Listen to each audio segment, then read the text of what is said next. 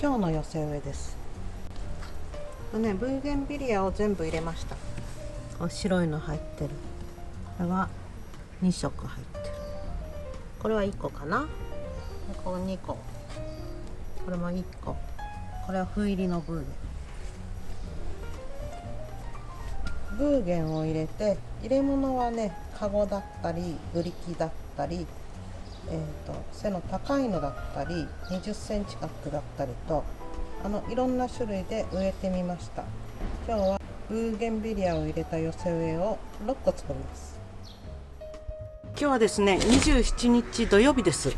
それで私昨日誕生日でさ、誕生日に抱負を語るとか言ってたんだけど、昨日はもう雨降っちゃって外に出られなかったので、もうほんとグダグダですよね。タイミングは逃す。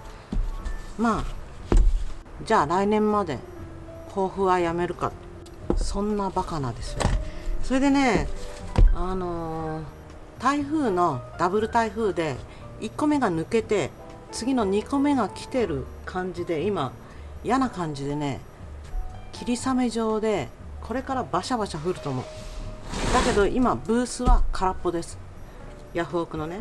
なのでできるだけちょっと作って、誕生日の抱負とか言ってる場合じゃないんですけどね。これでブーゲンビリア、これお花落ちないから使ってみようかなと思います。ブーゲンビリアとかをね使って、1つ2つできればいいかな。しょうがないよね。泣くこと自頭には勝てないというかね、台風には勝てませんから。ということでブーゲンビリアを入れて寄せ植えを作っていきます。どうしようかな。ブーゲンビリアだけじゃなくて他のものも。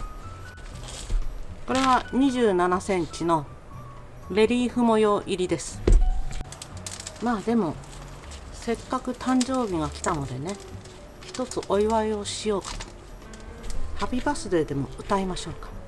ハッピーバースデートゥーミー、Happy birthday to me, Happy birthday dear 私、 Happy birthday to me。 パチパチパチパチパチパチです。61歳になりました。昨日です。そしてね、私しばらく考えてたんです。61歳になったらさ、この1年何しようかなとかね、でいろいろ考えたんですけれども、長期的な目標にすることにいたしましてですね、かわいい。一つ決めました。今私61歳で YouTube をやってるんですけども、うちの母が91歳なんです。30歳違うのね。それで何にもなんていうのかな、寝て食べてデイサービス行って、そしてなんかこうだんだんいろんなところが締まりがなくなっちゃってね。でもう私はのんびりこうやってテレビ見てさ、そういうのが幸せとか言ってて、私はそれはそれでいいと思うんですよ。で91歳になったらそんなもんなんだなっていうのがこう見ててわかるの。ご飯もさ、好きなものだけ食べて、で意外とパンとかが好きでね、甘いものが好きで、お年寄りだからさ、スルスル食べられるから、うどんなんか好きなんじゃないのと思うと麺は嫌いね。でそういう母と今2人暮らしをしてるんですね。で隣に、母の妹が住んでる。で私にしてみればおばさんです。でおばさんも母の妹だからね、87歳ぐらいでも自立してるんですよ。ただいろいろな手助けとかはしてます。ケアマネさんのね、段取りしたりとかで、年取ってくるとさ、いろいろな公共のサービス使いながら相談窓口もいっぱいあってね、でそういう風にやっていけるんだなっていうのが母を見てて分かりますね。でその90歳の母を見つつ、その現実を見つつ、私の壮大な目標は90歳 YouTuber なんてどうでしょうか。あと29年、うちの息子が生まれて30年、生まれてから今までとほぼ同じ時間、90歳になっても園芸の動画を出し、寄せを作り、そして30年経ったら車がどうなってるか分かりませんが、鴻巣まではもうとても私は行けんとか言いながらね、川越にふらふら行って、今日は2週間ぶりに市場です、3ケース買ってきましたとかね、よぼよぼしながらやってる。それいいと思いませんか。なのでね、もう決めました。私90歳 YouTuber を目指します。YouTuber ってどのぐらいやったらさ、こう自ら名乗っていいんでしょうかね。でもまあ90歳でやってたら YouTuber って言っていいんじゃないかなと思うんだけどね。どうでしょう。私の今年今年の抱負っていうか、壮大な抱負を言っちゃったから、もうね、いいでしょ。63歳になっても目標90歳 YouTuber です言ってりゃいいんだから。意外とね、こういうのはね、言うのはただなんですよ。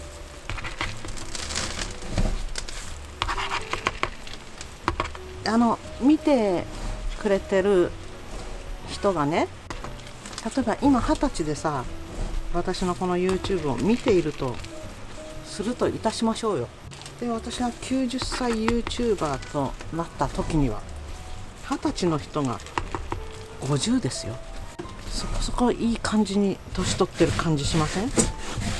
この間末っ子がさ、なんかそのね、お誕生日やってくれたんだけど、その時に出た話題がなんかね、昔思ってたよりもその今の方が時間が経つのが早い気がするっていうわけだから、私がさ、当たり前じゃないっつってね、分母が違うから。例えば3歳の時とか幼稚園の頃にね、思ってた早く夏にならないかなとか冬に思ったとしても、人生の3年分の1シーズンでしょ。3分の1、人生の3分の1待たなくちゃ次の夏は来ない。でもうちの息子は今23だから、23分の1待てば次の夏がやってくる。そうすればさ、待つっていうのが感覚ですけど、同じ時間なんだけどちょっと違うでしょっていう話をしたら、なんかすごいね、すごい納得したみたいな感じでね、感心してましたよ。そんなの当たり前じゃんね。昔からそういうことは言われてると思うんだけどさあ、今年の抱負っていうか、私の野望を語りまして、歌など歌いましてね、歌なんか歌ってる場合じゃないのにね、1個できました。1個じゃしょうもないけどね。これはブーゲンビリアのピンクと赤入れました。そしてペンタス白、ケイトウセロシアニュールック、金魚草、初雪かずら、ベビーサンローズですね。いかがでしょうか。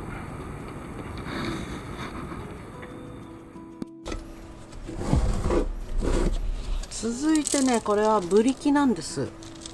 かわいいでしょ。これも以前ね買ってきたすんごい安い時、本当にすごい安かった。定価で1700円ぐらいする。でもそれはさ、卸値だと思うんだよね。私は卸値ってあんまり言っちゃいけないのかもしれない。それの値段がべらぼうに下がってた。だから廃盤とかなのかなと思うぐらい投げ売り、ただかしらっていう感じ。それでね、買ってきたものですので、安く売ります。これ20センチだね。20センチ。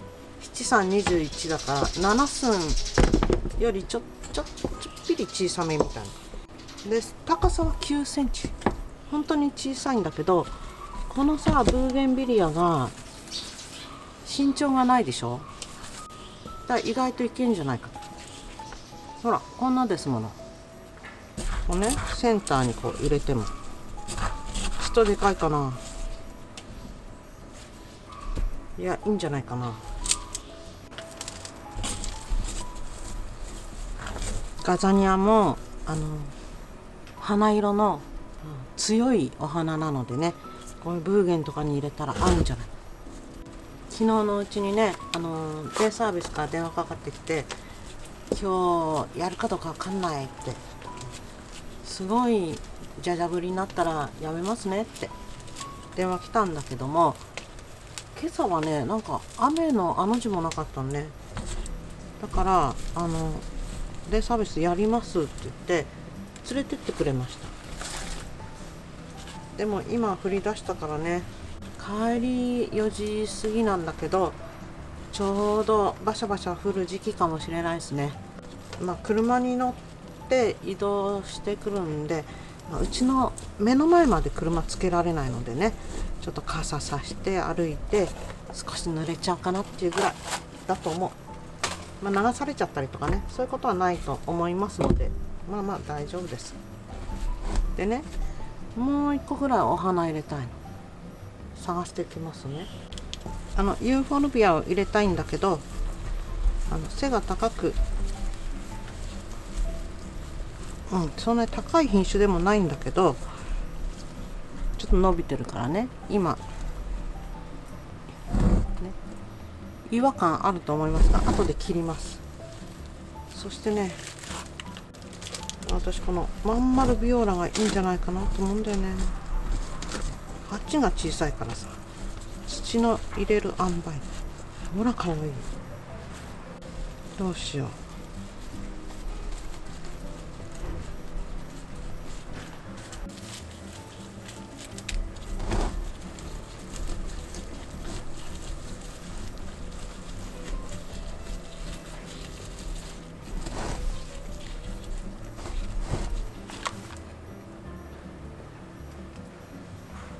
蚊取り線香が機能していない。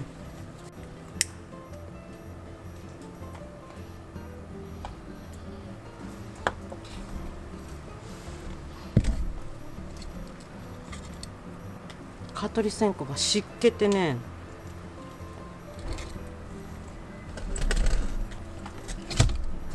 こんなのって見える？下がってんの、ビヨンって。これでこのぴょんぴょん出てるところを切っちゃいます。そうすると白が残るかどうか問題っていうのがあるんだけど、白が残るかどうかよりも長すぎるのが気に入らない。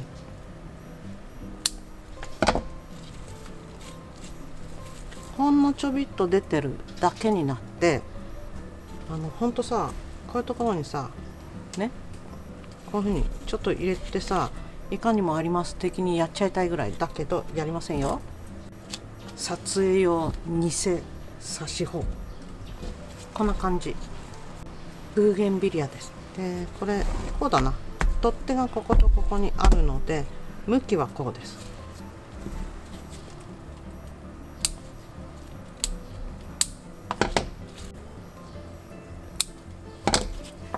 バンバン切る。雨止んだ。今日は降ったり止んだりでしょうね。そしてザーッと。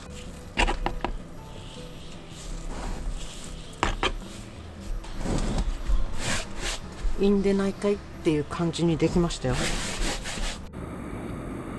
どうでしょう。ブリキに入れました。これね、取っ手があります。こことここね。だからこの向きだね。これが正面です。でブーゲンビリアの赤、デュランタ、ガザニア、アルテルナンテラ、これがヒポエステスに、これまん丸ビオラ、それからホワイトラブ、ラベル2つありました。まん丸ビオラっていうのは小輪っぽいのね。花火よりほどちっちゃくないから中輪かな。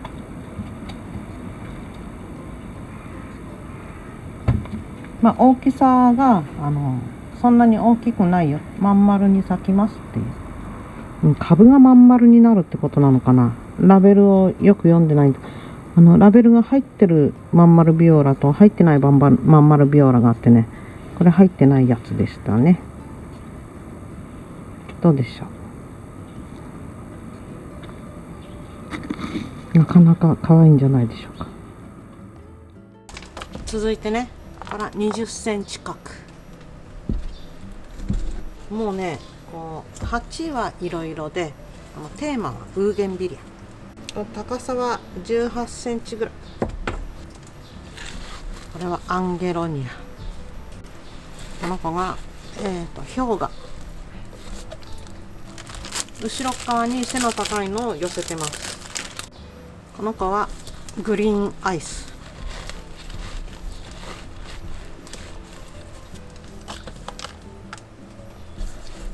白いブーゲンビル。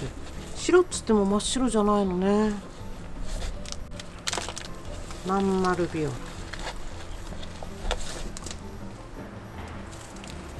これはね、金魚草のなんだっけ、紅茶みたいな名前のアールグレイか。で、少しね、もうお花が散ってるのね。なので葉っぱの色、灰色を、鑑賞する感じで、あえてもう花のところは切っちゃう。で、次にねまた上がってきますから、金魚草っていうのはそういうお花なんですよね。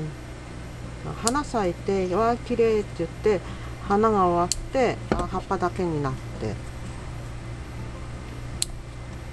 ただその葉っぱだけになっちゃって花が終わったからって言ってカットして終わりっていうのはすごくもったいなくて、金魚草っていうのはものすごく咲きますから、翌年とかね、その去年の寄せ植えの中に入ってた金魚草だけがまた花咲くとかね、そういうことよくあるんです。だって金魚草というのは非常に丈夫。今のお花が咲き終わってお花終わっちゃったわと思ってパッと抜くのはとてももったいないです。これね、白っぽく作ってます。これはソラナムのバリエガータ。ここら辺がつぼみになるんだけどもまだ咲いてない。ナスみたいな紫色の花が咲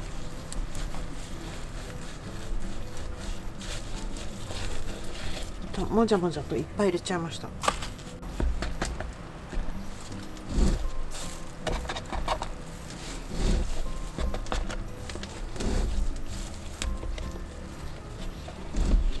昨日はね、息子にお呼ばれして長男、夜ね、誕生日で夜なんか予定入ってんのって言うからありませんよって。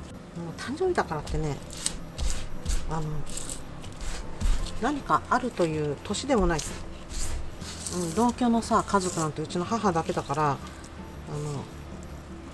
私がさ今日誕生日なんだって言ったら母がさそうなの、いくつになったのって言うからさ、61になったよって言ったら、いいわね若くてって言われた。そんな言われるほど若くていい年齢でもないんだけどね。で、おめでとうとも言わなかったね。いいわね若くてって。それなんでね、昨日は雨降ってたでしょ。だからパッとしない一日でしたね。サッカーは珍しく見た。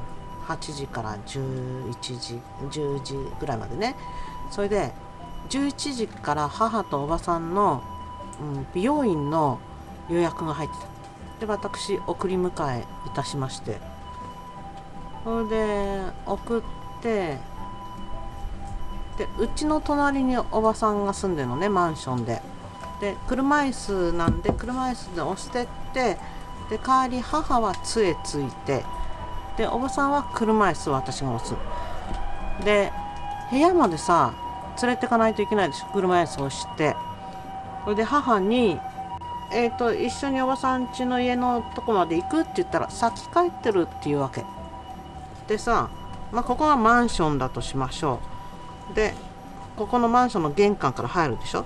でうちはこうやってここ行ってここなのね。だからこの細い道を行けばうちなんだけどさ、大丈夫かなと思って、前はちょっとね分かんないからっつっておばさん家まで上がったのね。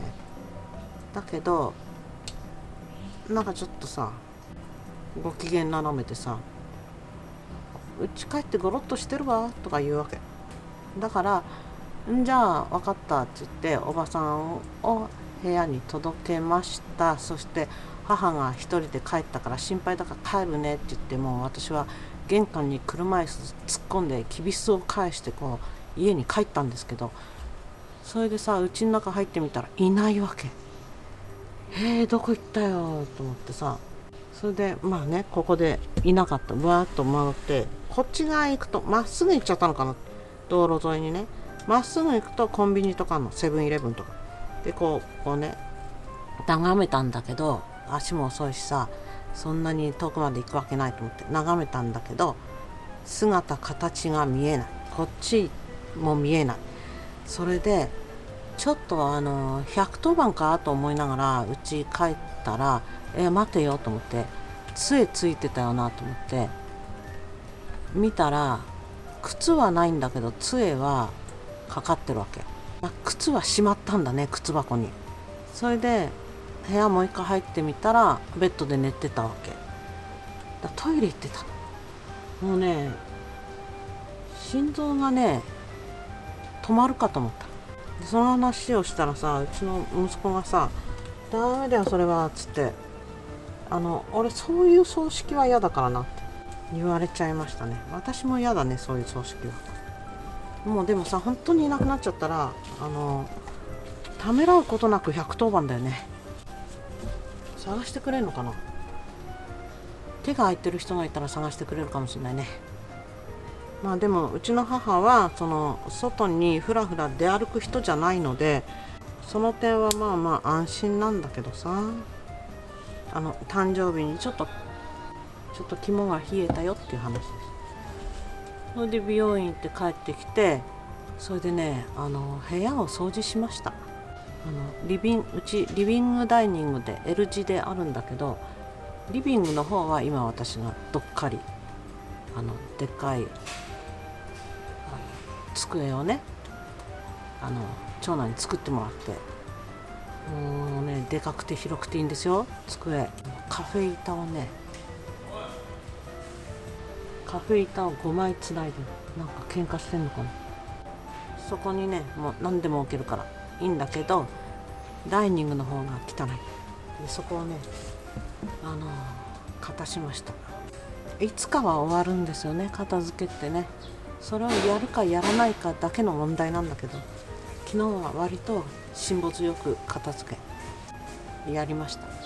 床がね少し見えました。これは20センチ角に入れた、ブーゲンビリア。白ね、白なんだけどなんか変な歯切れの悪い白ですよね。アンゲロニア、氷河、ユーフォルビアの氷河で、グリーンアイス、マンマルビオラで、これがソラナムラントネッティバリエガータヒポエステス。ラベルはこうです。マンマルビオラのこれやっぱり中小輪の花がドーム状に丸くまとまるだから、丸くまとまるからマンマルビオラなんですね。じゃあマンマルビオラをこう一株とかマンマルビオラだけでふわっと植えるのがいいかもしれない。さて3つ作ったけどどうしよう。あと1、2、3、4、あと5個残ってて、で雨がちょっと心配で、やるかやらぬか、やらぬかやるか。もうね、しょうがない、やりましょう。まださ、時間はたっぷりで。これね、斑入り。斑入りって可愛いね。どんな植物でも斑入りは可愛い。斑入りなんで、斑入り植物集めてみようか。これは唐辛子。ちゃんとほら実がなり始めてますね。私斑入りをいっぱい持ってくるとか言って。これはソラナム。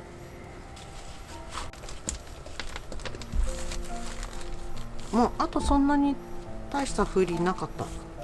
どうしよう。これ斑入りじゃないんだけど、廃性のフクシア、手前に下がってくる。入れてみようか。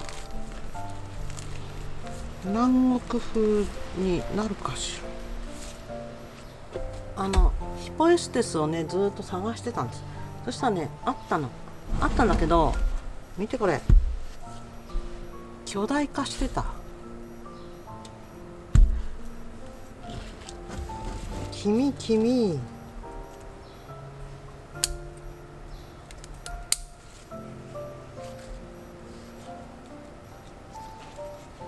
ちょっと切り戻してみますね。使えるか。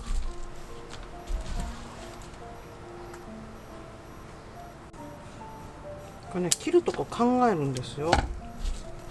ね、なんとなくここら辺に入りたいのに、入れてから切りましょうか。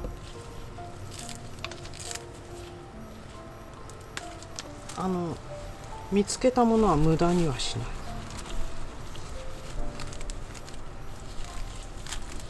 こうしてベビーさんを入れます。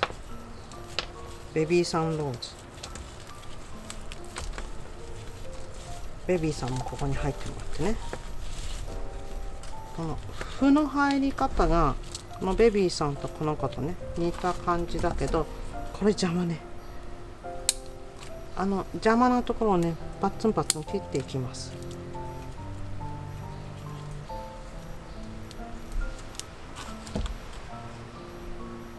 これいつも言ってますが、切るとこね、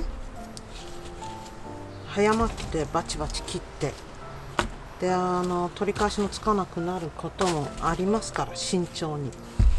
ただし取り返しがつかなくなるっていうのは大げさで、なんとでもなります。また入ってくるからね。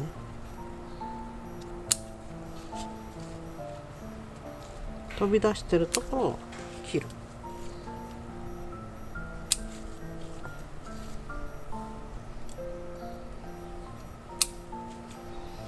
切り口がパツンってなってないように見えればもう成功です。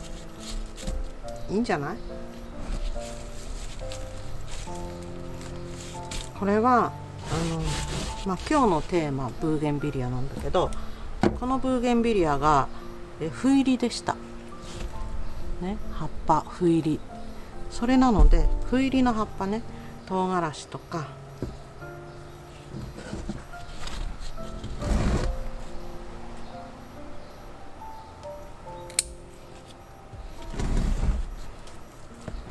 を入れました。そしてね、この子は斑入りじゃないんだけど、可愛いでしょ。このフクシア、エンジェルズイヤリングとかっていうんじゃないかな。私が今勝手に決めたかな。なんかこうイヤリングっぽくない？こう下がる感じが、耳につけたら可愛らしい、そんな感じのお花です。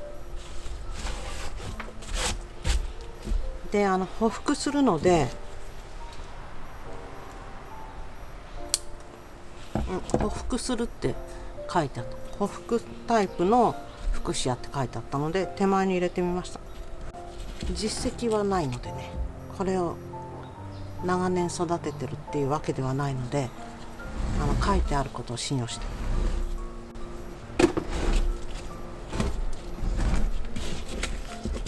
ちょっとね雨降りだから少し汚れちゃったけど、そういうこともありますよ。でもさ、うちの母親は90歳で元気で暮らしてるんだけれども、例えばさ編み物するとか生産的なことはもう何にもしないのね。で私ほら90歳で YouTube やるとかってね目標を立てましたけど、現実可能でしょうかね。どう思います？意外とうちに来るお客さんとかでも、私90なのっていう人はまだいないんだけど、86、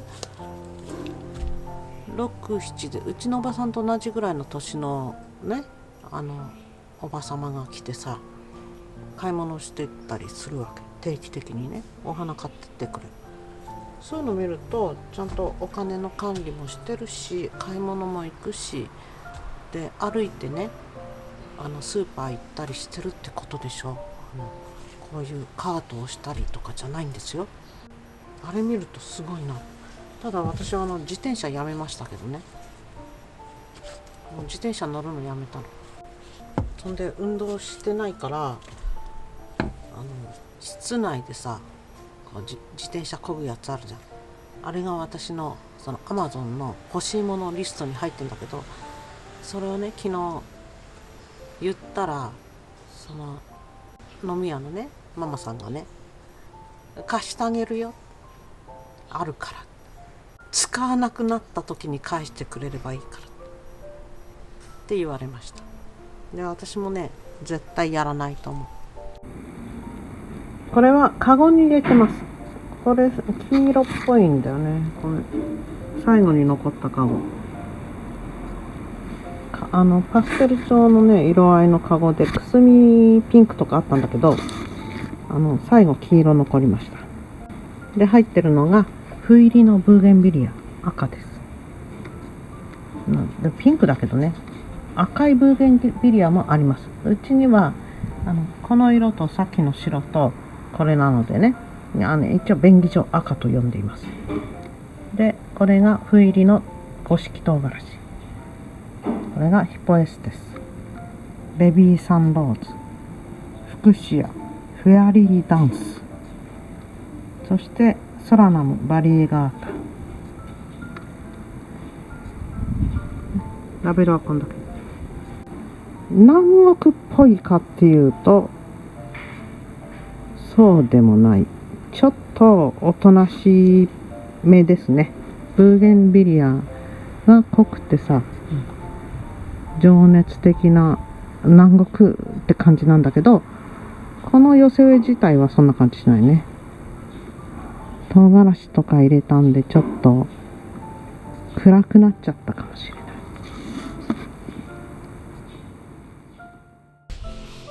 これはアイカの26センチ、こういうやつです。かわいいのね。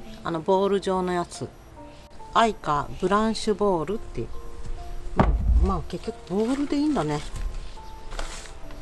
そしてさっきブーゲンビリア入れて南国風にとか言って頑張ったのにちょっと地味だったでしょ。なので明るく作ります。明るいお花をいっぱい持ってきて明るいのを植える。ピンクのペンタスあんまり使ってないんだけど、コリウスもいいよね、夏っぽくて。だからこれちょっと大きいね、ブーゲンビリアのピンク。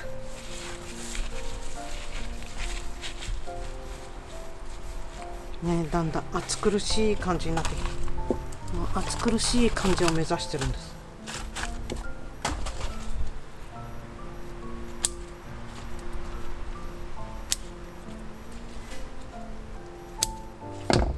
コリウスは切り戻しすぎた？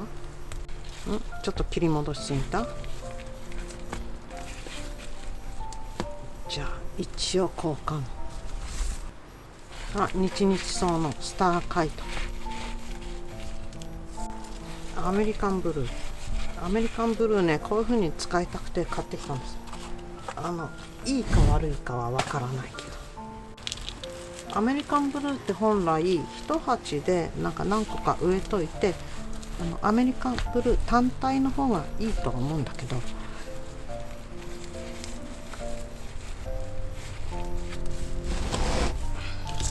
出来上がり。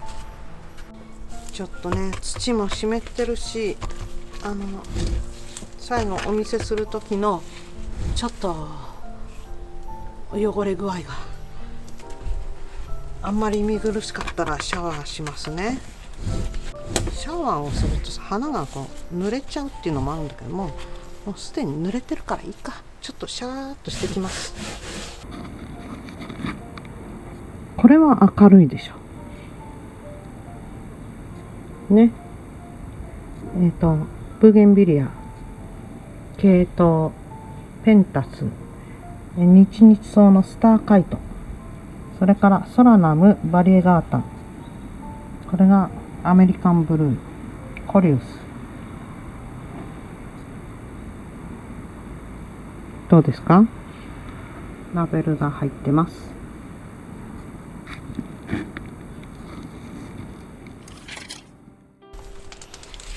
もう一個作りましょう。ブーゲンビリアだらけ。ブーゲンビリアとジニアってダメかしら。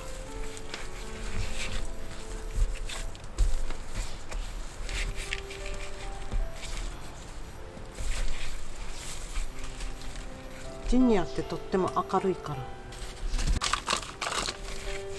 お花たっぷり。なぜかブーゲンビリアが1個余っちゃった。ブーゲンビリアが1個余ったからとて、ここに1個足すわけにもいかんので、また何かの折にふっとブーゲンビリアが入ってるかもしれません。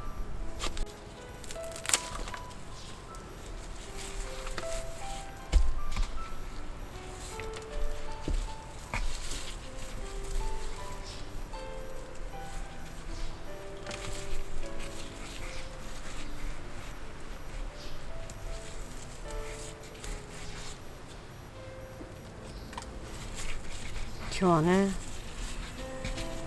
雨が降ってるっていうのにさ、歌なんか歌って時間を潰しましたからね。やることちゃんとやらないと。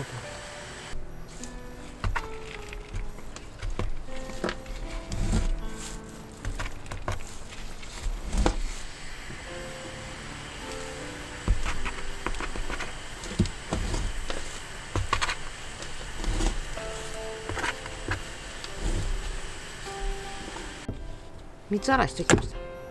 これ上からもシャーってやった方が良かったかな。ちょっと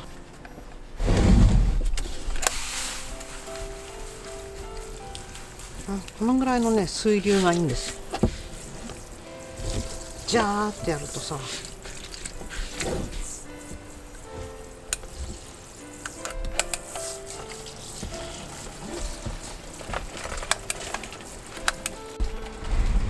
海のようになってしまいました。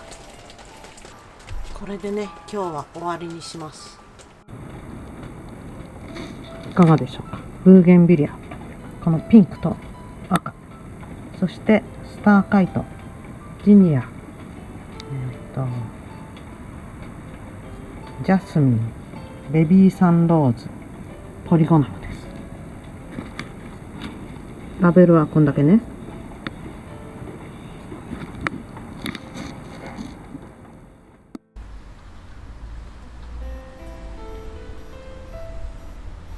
これはメダカのベビちゃん水槽です。ベビちゃんばっかり。卵水槽っていうのもあるんだけど、そこで育ってきたベビちゃんをこれに移してみました。まだまだちっちゃくて見えないでしょ。結構山のように入ってます。張り子から1センチぐらいまで。でこれ完全に色が分かってきたら親の水槽に戻そうかなと思います。まだね、親の水槽に入れるとね、食べられちゃうからね。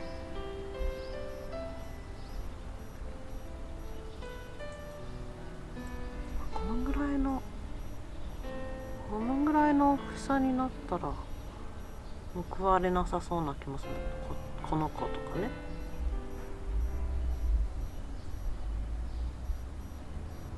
このちょっと大きめのちょっとオレンジっぽいやつも。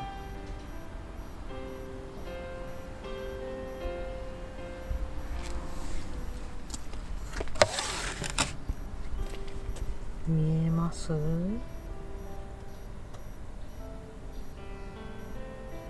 見えやしないね。自分でも見える。ここがね、卵を入れてる水槽なんですけど、卵から帰ったやつが結構動いてる。結構ここで大きくなってますね。意外とね、順調に育ってますね。ちっちゃいのからで、これをすくっちゃあっちのベビちゃん水槽に移してるんですけど、水がさ濁るでしょ。だから1回につき1すくいか2すくいぐらいしかできない。